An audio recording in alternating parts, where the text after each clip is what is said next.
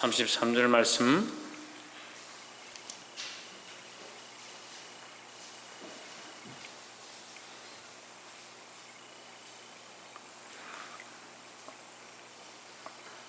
다 찾으신 줄 알고 한 절씩 교독으로 읽겠습니다. 에베소서 5장 15절에서 33절.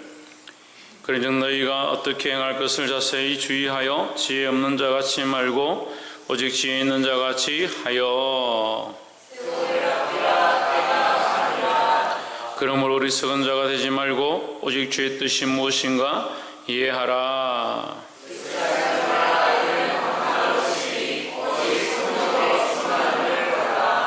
시와 찬미와 신령한 노래들로 서로 하다하며 너희의 마음으로 주께 노래하며 찬송하며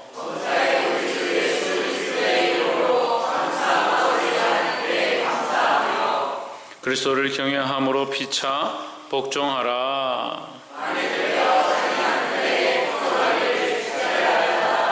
이는 남편이 아내의 머리가 됨이 그리스도께서 교회의 머리됨과 같음이니 그가 친히 몸의 구주시니라.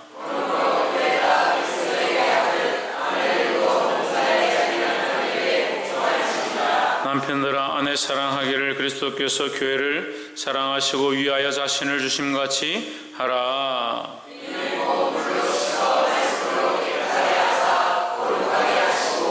자기 앞에 영광스러운 교회로 세우사 티나 주름 잡힌 것이나 이런 것들이 없이 거룩하고 흠이 없게 하려 하심이니라.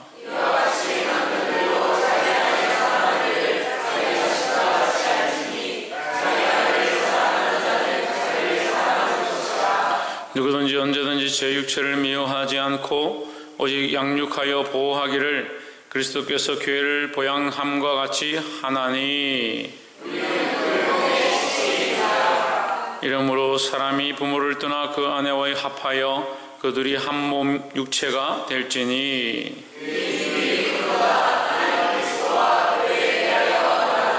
함께 읽읍시다. 그러나 너희도 각각 자기 아내 사랑하기를 자신같이 하고 아내도 자기 남편을 존경하라. 아멘. 기도하겠습니다. 거룩하신 하나님, 우리를 주의 전에 부르시며 주의 귀한 말씀으로 가르쳐 주심을 감사합니다.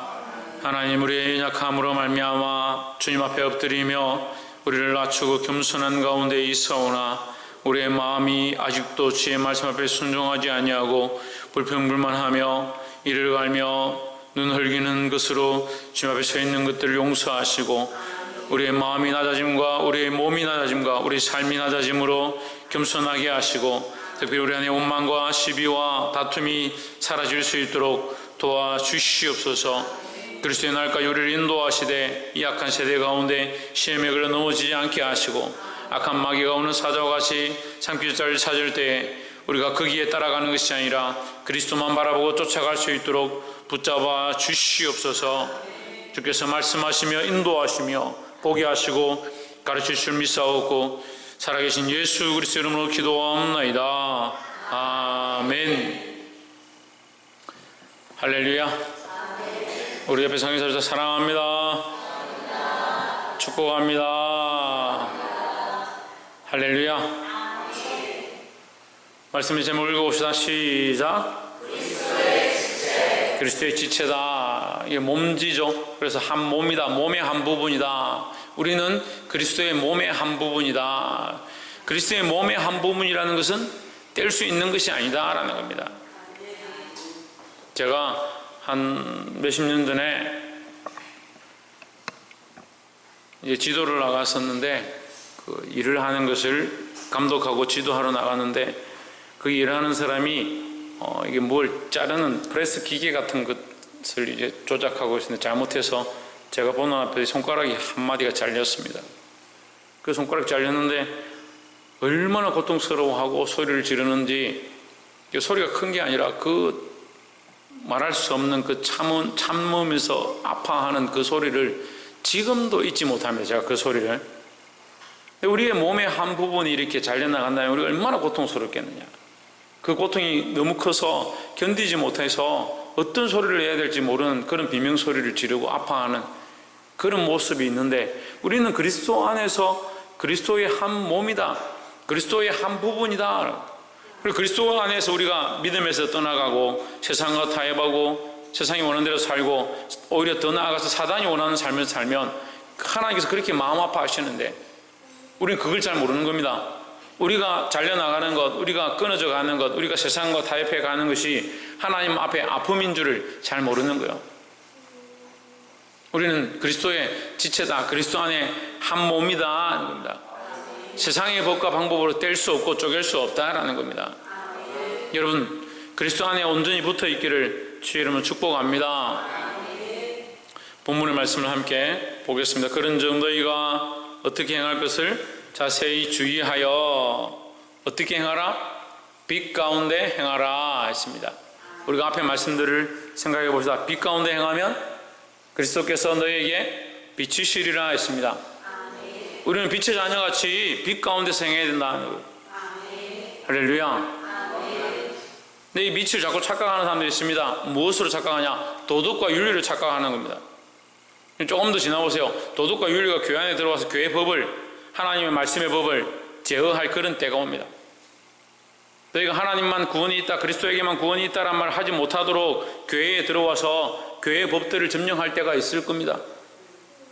지금도 알게 모르게 세상의 법들이 교회 안에 들어와서 큰 소리 칩니다. 그런데 우리는 정신을 차려야 합니다. 교사들이, 세워진 자들이 도덕과 윤리를 가르쳐서는 안 됩니다. 하나님 말씀을요, 살아있는 말씀, 살아있는 역사로 가르쳐야 합니다. 옛날 이야기로 가르쳐도 안 되고요, 이소부화나 동화처럼 가르쳐도 안 됩니다. 아이들에게 그리스도 신화를 가르쳐주고 그걸 재밌다고 설명을 해주면서 하나님 말씀도 똑같이 설명해주고 둘 다 비슷한 것처럼, 그러니까 조금 머리가 커져가면 애들 어떻게 생각하냐? 그리스 로마에 나오는 제우스나 하나님이나 그게 그거구나, 비슷하구나, 그런 소리를 하는 거예요. 본인이 하나님을 인격적으로 만나지 못하니까요, 자식에게, 아이들에게, 생명들에게 인격적인 하나님을 가르치지 못하는 거예요. 우리가 가지고 있는 빛이라는 게요, 세상의 도덕과 윤리를 얘기하는 게 아닙니다. 여러분 똑바로 알아야 돼요. 인격 대신 그리스도의 빛이에요. 이것을 인격적으로 만나고자 하고 더 그리스도가 원하시는, 더 하나님이 원하시는 삶 가운데 나아가려고 할 때에 내가 온전할 수 없지만 우리가 그리스도 앞으로 나아가면 그리스도께서 우리에게 어떻게 하신다? 비추신다. 우리에게 비추신다는 거죠. 우리가 잘 보이지 않고 잘 알지 못하지만 그리스도에게로, 하나님 앞으로 더 가까이 가면 하나님께서 우리에게 비추시고 그리스도가 우리에게 비추셔서 우리가 어디로 가야 될지를 알게 하신다는 거죠. 그러니 도덕과 윤리와 다르다는 거죠. 그러니 너희가 어떻게 행할지를 자세히 주의하여 빛 가운데 행하라 이 말이에요. 지혜 없는 자 같이 하지 말고, 이 지혜가 뭐냐? 빛입니다. 이 지혜가 뭐냐? 그리스도입니다. 이 지혜가 뭐냐? 하나님 아는 지혜입니다. 그 지혜 없는 자는 하나님 없는 것처럼 사는 겁니다. 그리스도 없는 것처럼 살아가는 겁니다. 그리스도 안에서 살지 않습니다. 자식을 가르치고 자식을 양육하고 키워가는데 그리스도 없는 것처럼, 하나님 없는 것처럼 이 양육을 하는 사람들이 있어요. 결혼을 하는데요, 하나님 없는 것처럼, 그리스도 없는 것처럼 결혼하고 사는 사람들이 있습니다. 그러면서 부부간에 이렇게 해야지, 이렇게 해야지, 그렇게 해야죠. 그래, 하지 말라는 게 아닙니다. 도덕과 윤리가 있어야 되고 서로 부부간에 지켜야 될 예의가 있습니다. 해야 합니다. 하지만 그것은 어디 안에 있어야 된다? 그리스도 안에, 하나님의 법 안에, 그 아래에 있어야 한다는 거죠. 이게 안에 있는 거하고 아래에 있는 거가 조금 다릅니다. 하나님의 법 아래에 있어야 된다. 아래에 있어요. 하나님의 법이 우선이고 그리스도의 법이 우선이 되어야 된다. 그 자꾸 세상의 법이 앞에 가고 하나님 법을 밑에 오면 그게 뭐냐? 지혜 있는 것처럼 하지만 그건 지혜 없는 것이다. 지혜 있는 자는 지혜를 앞세우는 겁니다. 지혜 있는 자는 예수 그리스도 아는 것을 앞세우는 겁니다. 하나님 아는 것을 앞세우는 것이 지혜다라는 거죠. 그럼 우리가 지혜 있는 자처럼 주의하여 행하는 것, 이것이 뭐냐? 그리스도를 아는 자, 하나님 아는 자, 그 하나님 법 안에 살아가는 자, 더 나아가서 빛 가운데 행하는 것이다 라는 겁니다. 16절에 세월을 아끼라 때가 악하니라 했습니다. 세월을 아끼라 때가 악하다, 이 말은 때가 얼마 남지 않았다, 이 시대가 너무 악해져서 때가 얼마 남지 않았다는 거예요. 그러니까 여러분, 때가 얼마 남지 않았으니까 빨리 정신을 차려야 되고 빨리 하나님 앞으로 돌아와야 되고, 내가 돌아왔다면 할 수만 있으면 많은 영혼들을 빨리 주님 앞으로, 하나님 앞으로 돌아오게 할 일이 우리에게 급하다라는 거죠. 17절에 그럼 어리석은 자가 되지 말고 오직 주의 뜻이 무엇인가 이해하라.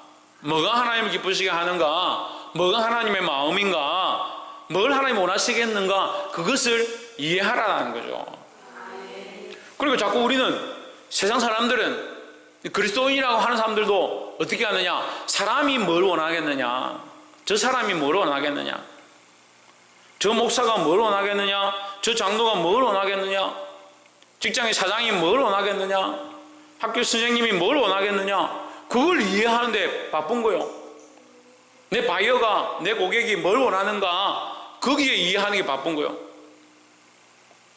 그러니까 윤리적으로, 도덕적으로는 완전하고 사람들이 인정해주고 참 저 사람 착하다라고 할지라도 하나님 나라에 합당치 않다.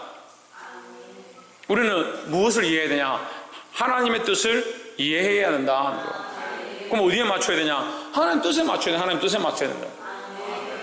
그 이해한다는 말을 조금 우리가 알기 쉽게 하면, 안다, 주의 뜻이 무엇인가 알아야 한다라는 거죠. 예. 어리석은 자는 주의 뜻이 무엇인지 알지 못한다. 이 본문을 제가 쉽게 말하는 거요. 어리석은 자는 주의 뜻이 무엇인지 이해하지 못한다. 우리는 어떻게 해야 된다? 주의 뜻을 무엇인가 이해해야 된다라는 거죠. 주의 뜻을 동그라미 치고요, 위에 16절에 지혜에 동그라미 치고 두 개를 연결하면 됩니다. 그 주의 뜻이 뭡니까? 지혜로운 겁니다. 지혜로운 거. 주의 뜻을 아는 게 지혜로운 거요. 하나님 뜻을 아는 게 지혜로운 거요.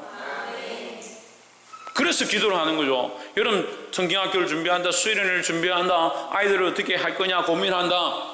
그럼 거기서 뭘 구하냐? 주의 뜻을 구하는 겁니다. 우리가 왜 기도합니까? 여기에 어떻게 하는 것이 주의 뜻이고 하나님 더 기뻐하시고 어떻게 하는 게 더 많은 생명을 살릴까? 그러니까 기도가 필요한 거죠.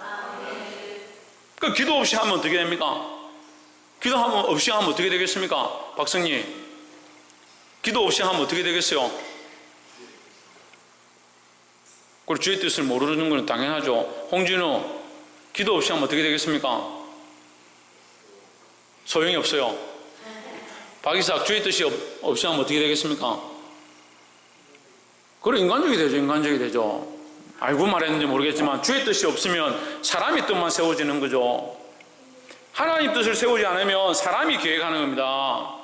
사람이 그 길을 계획할지라도 그거를 누가 인도하셔야 되냐? 하나님 인도하셔야 되죠.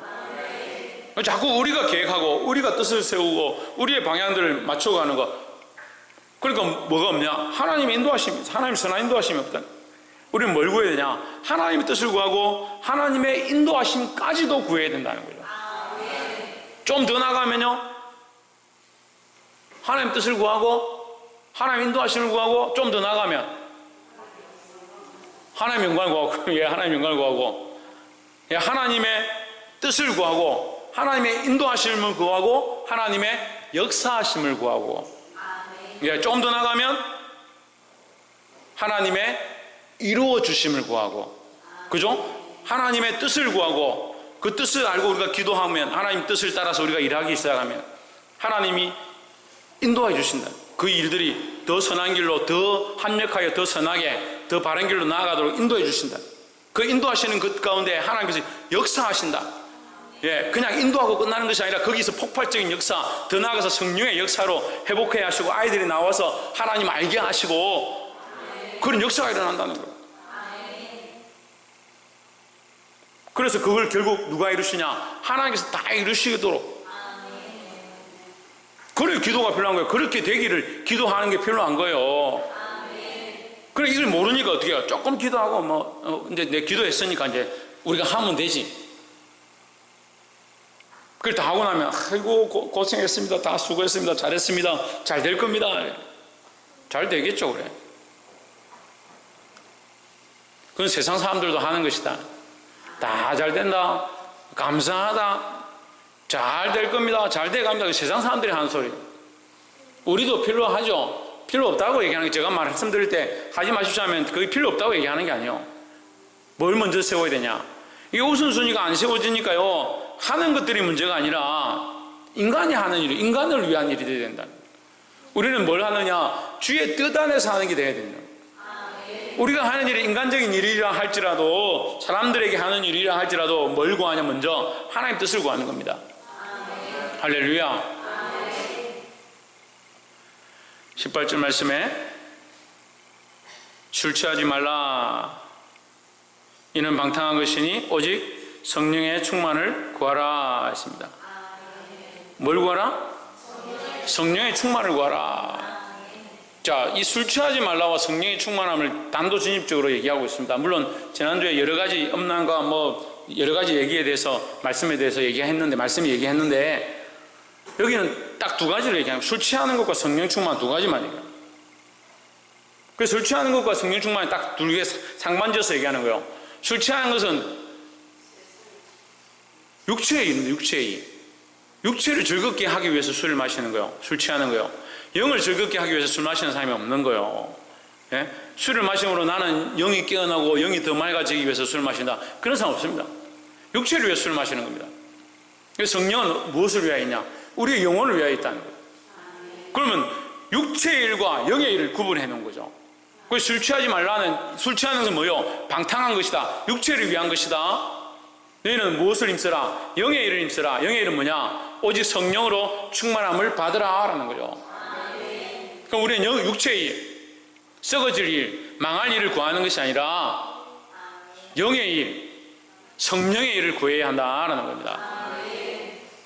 19절에 시와 찬미와 신령한 노래들로 서로 화답하며 너희의 마음으로 주께 노래하며 찬송하며 했습니다. 시와 찬미와 신령한 노래들로 서로 화답하며, 이게 뭡니까? 이건 천국의 일입니다. 천국의 일. 하나님 나라의 일입니다. 그 교회 안에서도 이 모양이 일어나야 되는 거예요. 시와 찬미가 즐거운 노래, 신령한 노래로 서로 화답하고 노래하는 게 나타나야 되는 거예요. 이 기간에서도 하나님을 기쁘시게 하고, 하나님을 즐겁게 하고, 하나님을 높여드리고, 하나님을 찬양하고, 하나님께 영광 돌리는 일들이 일어나고, 이 기간에서도 하나님을 높이고, 하나님을 찬양하고, 하나님의 신령한 예배를 드리는 것이 나타나고, 오전 예배에도 하나님을 높이고 신령한 예배들이 나타나고, 각 기관에서도 하나님을 높이고 신령한 예배들의 모양들이 나타나고, 그래서 그것이 서로 화답하고 서로 노래하고, 그래서 아동부에서 이렇게 전도했더니 하나님의 은혜를 주셨습니다 막 간증하고 하나님 높이니까, 학생에서도 우리가 기도했더니 아이들을 보내주셨습니다 간증하고, 청년들도 우리가 전도주의를 했더니 아이들이 나와서 하나님 말씀을 듣기 시작하고 이제 주일 출석하기로 했습니다. 그런 간증과 은혜와, 그래서 결국 누가 하셨냐? 하나님 하셨다는 이 노래와 찬양과 서로 화답하는 것이 넘쳐나야 된다는 거죠. 그 시와 찬미와 찬송과 신령한 노래들로 서로 뭐하며? 화답하며. 그리고 이게 뭐요? 이게 그리스도 안에서 지혜로운 삶들을, 하나님 뜻을 따라 사는 사람들의 모습이다라는 거죠. 그럼 하나님 안에 있지 않냐고, 그리스도 안에 있지 않냐면 이것이 어떻게 되겠냐는 거예요. 서로 화답하는 게 어떻게 되겠습니까?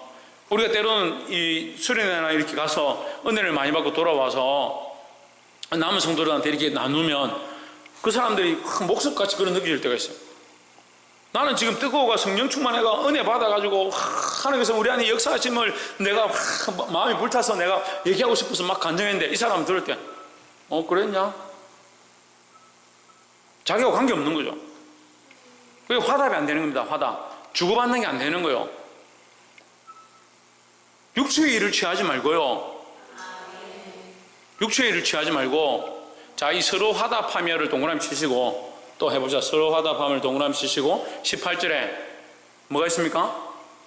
성령 충만, 성령 충만. 성령으로 충만함을 받으라. 성령 충만을 동그라미 치고 이걸 연결시키는 거예요.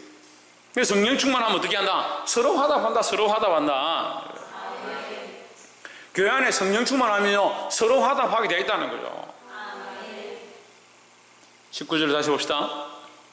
시와 찬미와 신령한 노래들로 서로 화답하며 너희의 마음으로 주께 노래하며 찬송하며.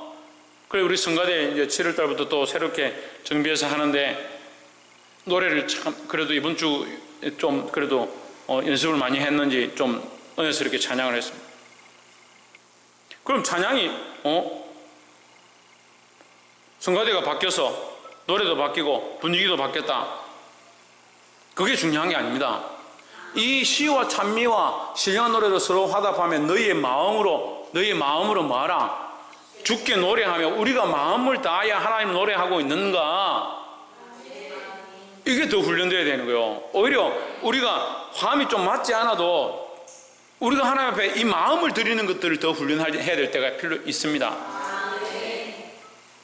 제가 군대에 있을 때 중창단을 만들어가지고 데리고 이제 영외에 나가서 이렇게 찬양을 하러 다닌 적이 있었는데 찬양팀들이 실컷 연습해놓고 막상 가면 왜 그렇게 못 부르는가 몰라요. 화음도 안 맞고 음도 안 맞고 박자도 안 맞고 엉망진창 부르는 거예요. 근데 성도들이 눈물을 흘리고 참 어떻게 이렇게 은혜스럽게 찬양을 하냐고 저한테 와가지고 그래 저는 민망해가지고 아이고 그랬습니까? 감사합니다. 어쨌든 이렇게 좋게 봐주셔서 감사합니다. 이렇게 얘기한 적이 있는데 때로는 어떨 때는 그런 화음이나 노래나 이런 것들보다 뭐가 중요하냐? 우리가 진정으로 하나님 앞에 찬양하는 것들이 더 중요할 때가 있다라는 거죠. 그래서 우리의 마음으로 마음으로. 그래서 이 마음은 어디와 연결된다?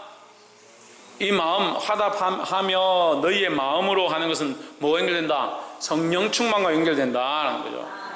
그래서 우리는 뭘 힘써야 된다?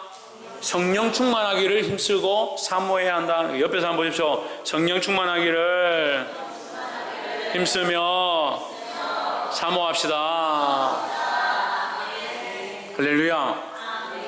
20절에 범사에 우리 주 예수 그리스도의 이름으로 항상 아버지 하나님께 감사하며 있습니다. 예, 그리스도의 이름으로 항상 누구에게 하나님께 감사하는 것은 결국 우리가 시와 찬미와 신령한 노래로 하는 것과 연결되어져 있다는 거예요. 그럼 이 시와 찬미와 신령한 노래들은 무엇이냐? 하나님께 감사함을 표현하는 것이다. 21절에 그리스도를 경외함으로 피차 복종하라 했습니다. 자, 경외는 전에도 늘 말씀드렸지만 가장 두려워하며 가장 사랑하는 것이다. 누구를 두려워하느냐? 하나님을 두려워하고 하나님을 가장 사랑하는 것이다 하는 겁니다. 근데 피차 복종하라 했습니다. 이게 좀 헷갈릴 수 있는데요. 그리스도를 경외함으로 피차 복종하라. 이 두 가지로 볼 수 있습니다. 서로 섬겨라. 서로 섬겨라. 내가 그리스도를 경외하고 그리스도를 알면 알수록 내가 교만할 수 없고 다른 영혼들을 불쌍히 여기고 다른 사람들을 섬길 수 있으니까 서로 복종하게 돼 있다. 자, 이렇게 볼 수 있고요. 또 한 가지 더는 피차 복종하라 하는 것은 모두 복종하라. 그리스도를 경외함으로 누구에게? 그리스도에게 모두 복종하라라는 거죠. 예, 그리스도에게 온전히 복종하는 것이고 서로를 섬기는 모양이다라는 겁니다. 22절에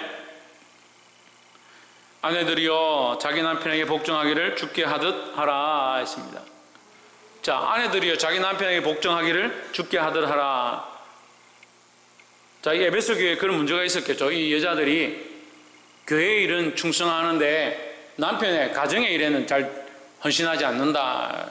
그래서 너희가 주께 하듯 너희 가정에서도 복종하라. 남편에게 복종하라 이렇게 했습니다. 예, 별로 아멘 안 하는 거 보니까 갑자기 왜 이런 얘기를 하느냐. 복종하시기 바랍니다. 주께 하듯 하라. 23절에 있는 남편이 아내의 머리됨이 그리스도께서 교회의 머리됨과 같음이니 그가 바로 몸의 구주시니라 했습니다. 남편이 아내의 머리다. 남편이 아내의 머리다. 그러니까 남편에게 복종하라. 남편의 머리는 누구냐? 이제 여기는 안 나와 있지만 남편의 머리는 누구냐? 그리스도입니다. 네, 그리스도의 머리는 누구냐? 하나님입니다. 그러니까 그리스도가 하나님께 복종한 것처럼 남편이 그리스도에게 복종한 것처럼 아내는 남편에게 복종하라. 이것이 원리고 이것이 질서다라는 거죠. 그런데 그리스도 안에, 나는 그리스도 안에 있는데 내 남편은 그리스도 안에 있지 않다? 그럼 덕을 세우도록 순종하는 겁니다. 덕을 세우기 위해서 순종하는 것이지 그것이 그러면 그리스도에게서 벗어난 일이라면 순종할 필요가 없습니다. 무슨 말이냐면 남편이 믿지 않는 사람인데 제사를 지내러 가자 한다고 해서 내 남편에게 순종하라 했으니까 따라가서 순종해야 된다, 그렇게 생각하면 안 된다는 거죠. 그러니까 우리는 그 앞에 머리가 누구냐? 그리스도죠. 그래, 그 앞에는 하나님이죠. 그 하나님 기뻐하시는 거, 그리스도께서 기뻐하시는 대로 순종하는 거지, 내 남편이 원하는 대로 순종하는 것이 아니다라는 거죠. 하지만 이 법을 벗어나지 않는다 하면 내가 남편에게 할 수만 있으면 순종하고 복종하는 것이 좋다라는 거죠. 24절에 그러나 교회가 그리스도에게 하듯 아내들도 범사에 그 남편에게 복종할지니라 했습니다. 아내들도 남편에게 복종하라. 그런데 25절에 남편들아 아내 사랑하기를 그리스도께서 교회를 사랑하시고 그 교회를 위하여 자신을 주심같이 하라라는 거죠. 근데 이것은 상호적인 겁니다. 나는 복종하고 그는 나를 사랑하고, 이것이 가정의 아름다운 모습이라는 거죠. 근데 남편이 아내를 그리스도께서 교회를 사랑하신 것 같이 사랑하는 원리를 모르고 있는데 무작정 시키는 대로 다 하면 죄에 넘어지기 쉽다, 잘못된 길로 가기 쉽다. 그래서 우리가 지혜를 가져야 된다는 거죠. 26절에 이는 곧 물로 씻어 말씀으로 깨끗하게 하사 거룩하게 하시고, 물로 씻어 말씀을 깨끗하게 하사, 이 세례를 얘기합니다. 물로 씻어 말씀을 깨끗하게 하사 거룩하게 하시고, 누구를? 교회를 그렇게 하셨다는 거죠. 교회는 물로 씻어 말씀을 깨끗하게 하시고 거룩하게 하신 것이 교회다라는 겁니다. 그 세상의 방법으로 깨끗하게 한 게 아니죠. 그리스도 안에서 우리를 깨끗하게 하셨다라는 겁니다. 그래서 교회는, 따라서 교회는 거룩한 공동체입니다. 교회는 거룩한 공동체다. 왜? 그리스도께서 물로 씻어 말씀으로 깨끗하게 하사 거룩하게 하셨기 때문에 거룩한 공동체다는 거죠. 그래서 그리스도인들이 모여서 인간의 일들을 도모하고 육체의 일을 도모하는 거 별로 하나님 보시기에 기쁘지 않습니다. 거룩한 공동체의 삶을 감당해야 합니다. 27절에 자기 앞에 영광스러운 교회로 세우사 티나 주름 잡힌 것이나 이런 것들이 없이 거룩하고 흠이 없게 하려 하심이라 했습니다. 교회를 더 거룩하게 하시고 온전케 하기를 원하신다라는 거죠. 그 티나 흠이나 주름 잡힌 것, 티나 흠이나 주름 잡힌 것은 사단이 기뻐하는 모양이에요. 사단이 기뻐하는 모양. 자, 티나 흠이나 주름 잡힌 것은 하나님 앞에 드릴 수 없는 재물을 얘기하는 거예요. 하나님 앞에 드릴 수 없는 재물. 하나님 앞에 드릴 때 순전하고 어린 양을 갖다 바치는데 티나 흠이나 주름 잡힌 것은 하나님 앞에 드릴 수 없는 재물을 얘기하는 겁니다. 그리고 우리가 하나님 받으시기에 합당한 제사, 하나님 받으시기에 향기로운 재물이 되어야 되는 거예요. 할렐루야. 시와 찬미와 신령한 노래들로 서로 화답하며 너희 마음으로 주께 찬양하며, 그게 교회의 모양이다라는 거죠. 그게 거룩한 교회로서, 거룩한 교회의 신부의 모양으로서 주님 앞에 서기를 소망합니다. 그래서 이미 그리스도께서 우리를 어떻게 하셨다? 거룩하게 하셨다. 흠이 없게 하셨다라는 겁니다.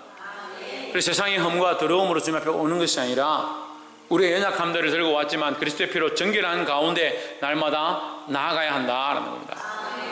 그래서 예배 가운데 늘 말씀드리면 예배 전에 뭐가 있어야 된다? 회개와 씻음이 있어야 된다는 거죠. 28절에 이와 같이 남편들도 자기 아내 사랑하기를 제 몸같이 할지니, 자기 아내를 사랑하는 자는 자기를 사랑하는 것이라 했습니다.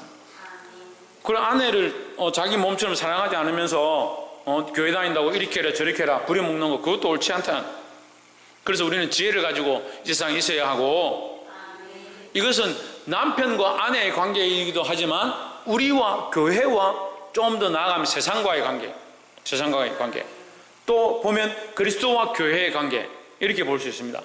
그러니까 그리스도와 교회의 관계는 우리를 정결케 하셔서 온전케 하셨습니다. 우리는 또 어디 가야 되냐? 세상에 가야 되는 겁니다. 세상에 가야 되는데 세상을 우리가 사랑하기 시작하면요, 이게 문제가 되는 거예요. 누가 우리를 위해 몸을 주셨냐? 그리스도께서 우리를 위해 몸을 버리셔 희생하셨다라는 겁니다. 근데 우리가 세상을 그리스도보다 더 사랑하기 시작하면 이게 뭐요? 이게 음란이에요. 이게 음란이에요. 세상을 그리스도보다 사랑하는 거, 세상을 하나님보다 사랑하는 거, 재물을 하나님보다 사랑하는 거, 육체를 하나님보다 더 사랑하는 거, 향락을 하나님보다 더 사랑하는 것, 그것이 음란합니다.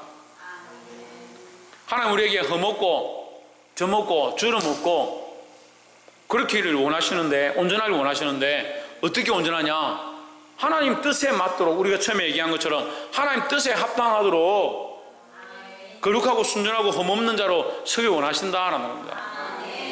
그래서 지혜를 가지라고요. 지혜 없는 자가 되지 말고.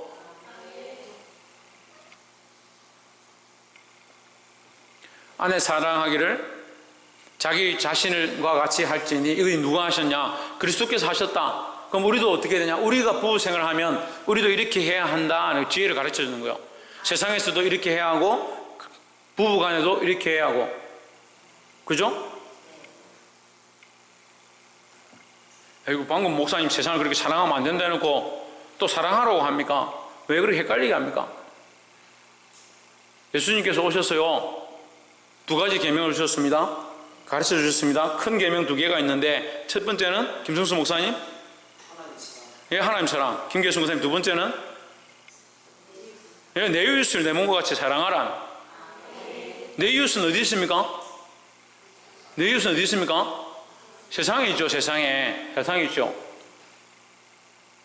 하나님을 먼저 사랑하면 하나님을 사랑하는 기준을 가지고 있는 자, 그죠? 여러분, 이거 헷갈리면 안 돼요. 이걸 헷갈리면 안 돼요. 하나님을 사랑하는 기준을 가지고 있는 자는 내 이웃을 내 몸과 같이 사랑하라는 거죠. 이해가 안 돼요? 더 쉽게 말하면요, 하나님을 사랑하는 이게 개념이 없는 사람이 이웃을 내 몸과 같이 사랑하기 시작하면 그건 간음이다. 그게 음란함이에요. 그러니까 세상의 법에 자꾸 맞추죠. 세상이 원하는 대로 우상 앞에 가서 절하고, 사람들이 원하는 대로 사람들의 눈치를 보고, 사람들이 원하는 대로 돈 벌려고 하고, 사람이 기뻐하는 일들을 행하면서 자기는 도덕적으로 윤리적으로 문제가 없다라고 생각합니다. 뭐가 없느냐? 하나님 사랑하는 거 잊어버린 거죠. 하나님 사랑하는 기준을 가지고 내 이웃을 내 몸같이 사랑하는 거예요. 교회가요, 교회로서 어떻게 삶을 감당하냐? 하나님 사랑을 회복하는 거예요. 하나님 사랑을 가지고 이웃을 사랑하기 시작하는 거예요. 교회를 망하게 하는 제일 좋은 방법, 사랑을 사랑하는데 의하동동 내 사랑인데 하나님 사랑 없이 사랑합니다. 그럼 망하는 거예요. 그런데 여러분, 말세가 되면요, 이 사랑이 식어지는 거예요. 하나님 사랑이 식어지는 겁니다. 여러분, 사랑이 식어진다 할 때요, 이웃의 사랑, 우리끼리 사랑이 식어지는 게 아니에요. 무슨 사랑이 식어지냐? 하나님과의 사랑이 식어지는 거예요. 하나님 사랑 잊어버리고요, 자기들끼리는 너무 좋은 거예요.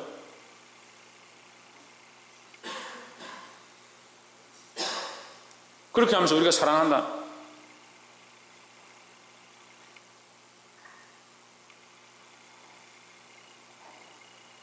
죄송하지만 어떤 목사님이 어떤 성도를 사랑해가지고 둘이 산에 가가지고 약을 먹고 둘이 자살했어.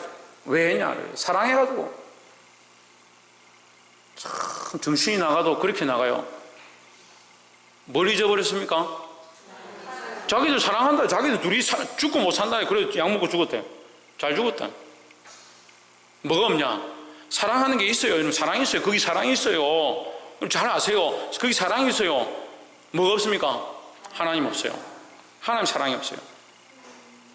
교회가 사랑해야 합니다. 이웃을 사랑해야 되고요, 불쌍한 영혼들 사랑해야 되고요, 구제해야 되고요, 자식들 사랑해야 되고요, 가족들 사랑하고 남편들 사랑하고요, 세상에 있는 많은 영혼들 사랑해야 합니다. 그런데 하나님 없으면요, 그게 곧 간음이고요, 그게 음란한 거고요. 그러니까 세상과 짝하는 겁니다. 세상 재물이 좋고요, 명절에 가서 제사 지내도 아무렇지도 않고요, 거기 가서 절해도 아무렇지도 않고요. 왜 아무렇지 않습니까? 하나님과의 인격이 무너지는 줄 모르니까요.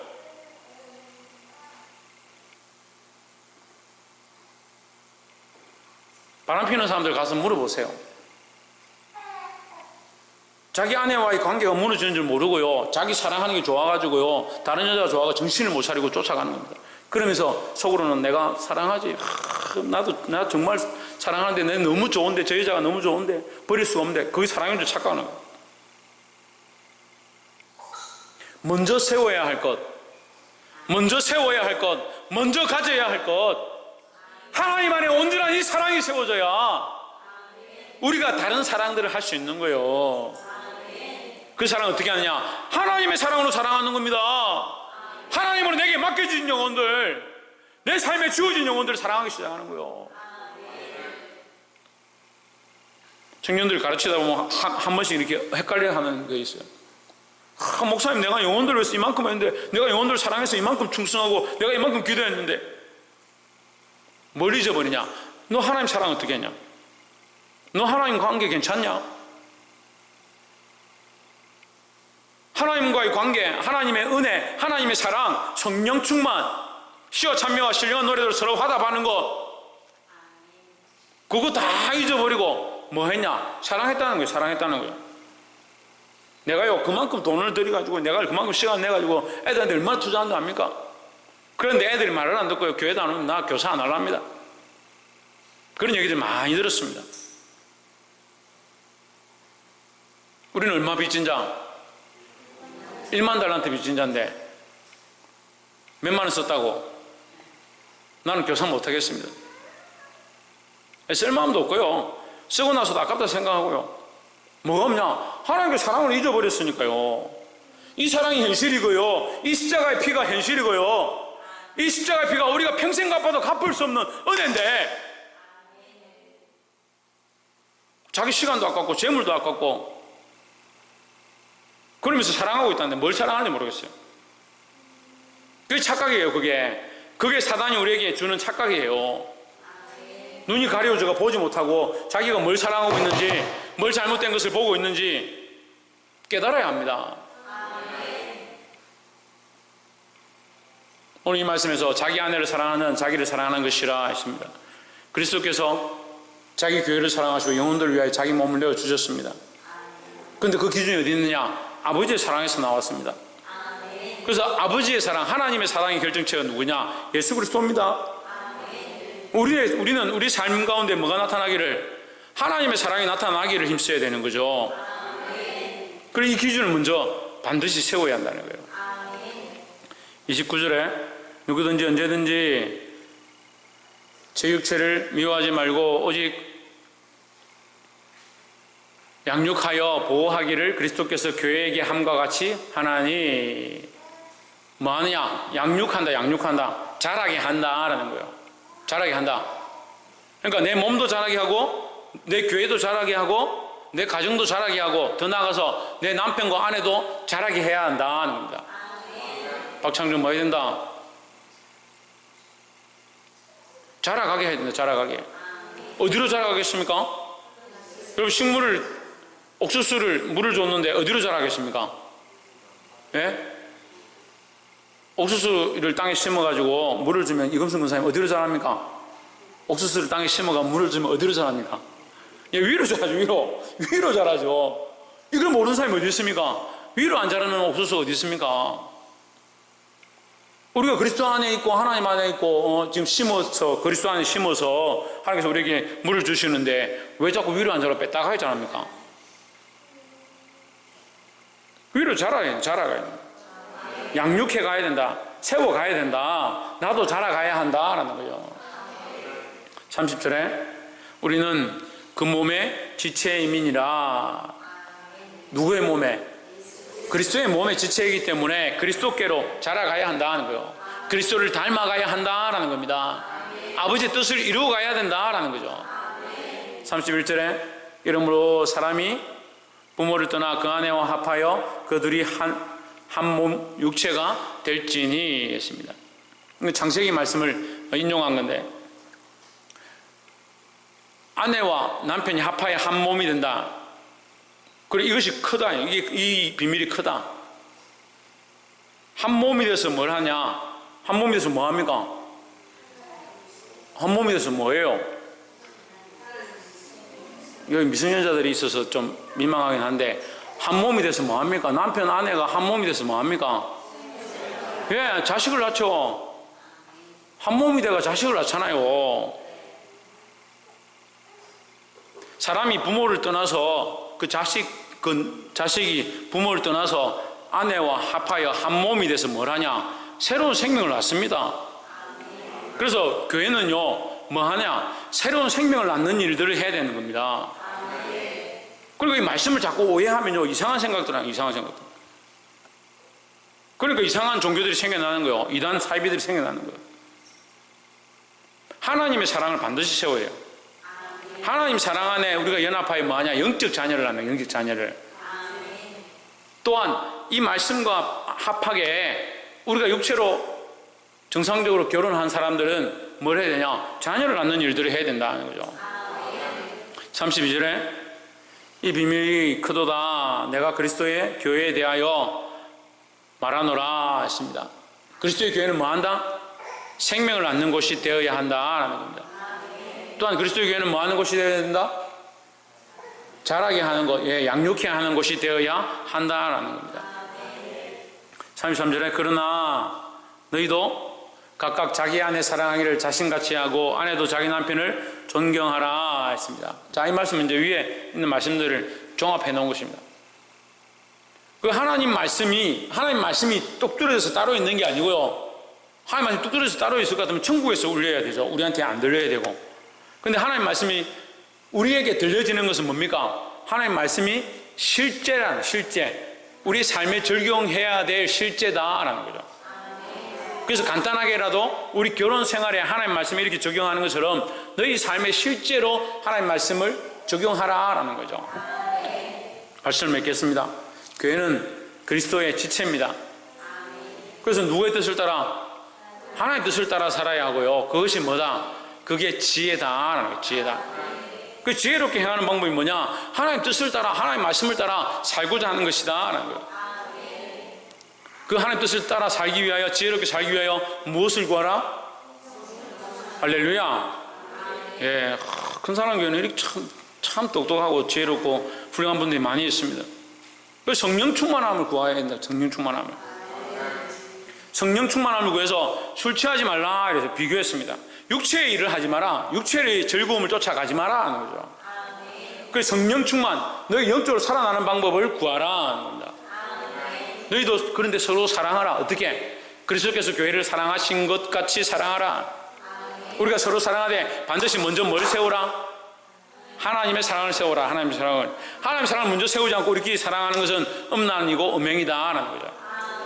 그래서 쉽게 하나님 사랑 없이 세상을 사랑하고 하나님 사랑 잊어버리고 세상에 가서 도리를 다하는 것, 도덕적인 예를 다하는 것, 그것이 음란이 될 수 있다라는 것. 그래서 정신을 차리고 돈과 재물과 세상을 사랑하지 말고 하나님을 먼저 사랑하고, 할렐루야, 하나님을 먼저 사랑하고 이웃을 내 몸과 같이 사랑하라 하는 겁니다. 가정에서도 마찬가지. 하나님 사랑하는 것 안에서 아내를 사랑하고 아내는 남편에게 복종하되 남편 또한 어떻게 하라? 자신을 줄 수 있는, 자기 몸을 줄 수 있는 것만큼 아내를 사랑해야 된다. 그것이 교회의 모양이고 그리스도 안에서 모양이고 실제 가정에서도 그런 모양들이 일어나야 된다라는 겁니다. 그래서 먼저 하나님의 사랑, 그 사랑을 세워가는 그리스도 안의 지체로서 살기를 주의 이름으로 축복합니다. 기도하겠습니다.